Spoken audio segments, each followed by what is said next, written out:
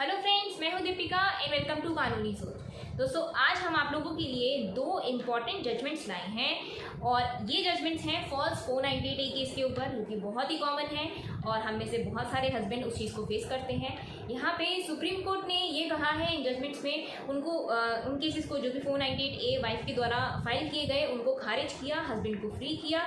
तो अगर इन जजमेंट्स की परिस्थितियाँ आपके केस से मैच करती हैं तो आप इन जजमेंट्स को अपने केस में लगाकर इनका लाभ उठा सकते हैं, इसको यूज़ कर सकते हैं। तो दोस्तों, ये जजमेंट्स बिल्कुल भी मिस मत कीजिएगा, स्किप मत कीजिएगा।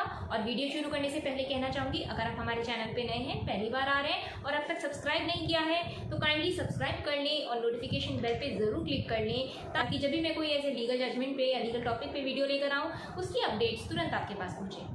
तो दोस्तों, बिना देर करे शुरू करते हैं आज के इन जजमेंट्स को। सबसे पहला जजमेंट दोस्तों हम बात करेंगे, इसमें पार्टीज हैं Manju Ram Kalita versus state of Assam. इसमें दोस्तों वाइफ ने हस्बैंड के ऊपर 498A का केस दर्ज कराया।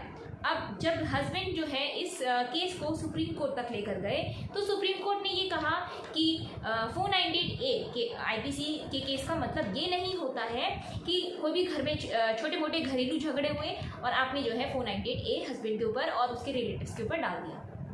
ये जो 498A का केस है, इसमें एक्सट्रीम लेवल की जब क्रूअल्टी हो जाए वाइफ के ऊपर, मान लीजिए भाई जैसे वो डिप्रेशन का शिकार हो गई, इतनी क्रूअल्टी हुई कि वाइफ जो है डिप्रेशन में चली गई, या फिर कई बार ऐसा आता है कि भाई सुसाइड करने की वो सोच रही है, इस लेवल की क्रूअल्टी होती है, तो वो तब आप 498A का केस दर्ज कराइए हस्बैंड और उसके रिलेटिव्स के खिलाफ।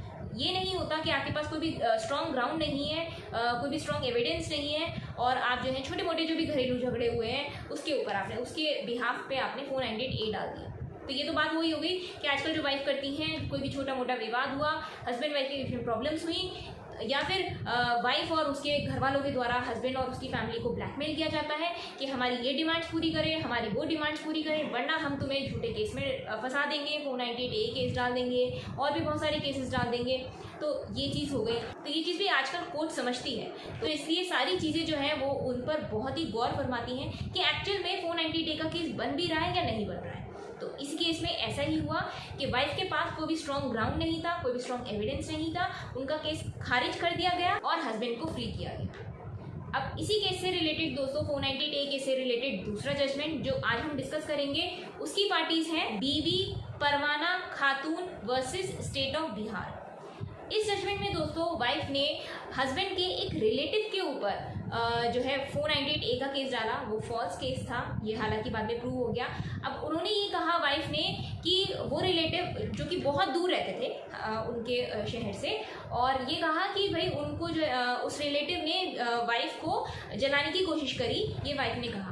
अब यहाँ पे वाइफ के पास लेकिन कोई भी स्ट्रॉन्ग एविडेंस नहीं था अपनी बात को सच साबित करने के लिए। और यहाँ पे सुप्रीम कोर्ट ने देखा कि वो तो कितना दूर रहते हैं, कोई पॉसिबिलिटी ही नहीं है कि वो इतनी दूर से वहाँ उनके शहर में आए, उनके घर में आए और ऐसी कोई कार्य कारित करें। तो वाइफ जो है इस चीज़ को प्रूफ करने के लिए फेल हो गई। दोस्तों, 498A के केस में हमारे लिए जानना बहुत ज़रूरी है कि वाइफ अगर सिर्फ सिंपली ये कह रही है कि मेरे साथ क्रूअल्टी हुई, मारा पीटा या कुछ भी अन्य जो भी बातें वो बता रही हैं, उसको साबित करने के लिए अगर उनके पास कोई भी एविडेंस नहीं है, कोई भी पुख्ता सबूत नहीं है, तो कोर्ट उनकी क्रूअल्टी को क्रूअल्टी नहीं मानेगी।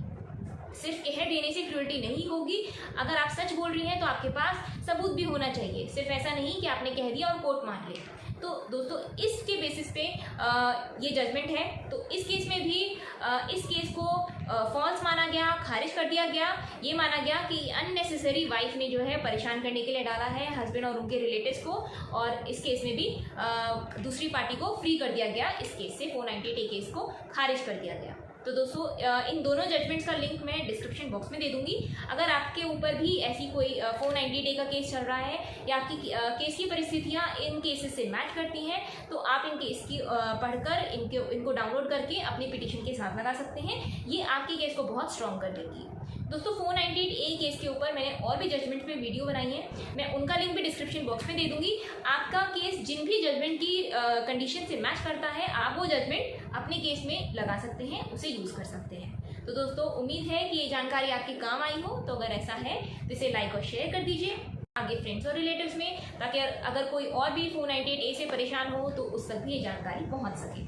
मिलेंगे अगली वीडियो में किसी और नए लीगल टॉपिक या लीगल जजमेंट के साथ। तब तक के लिए bye bye, take care and thank you for watching.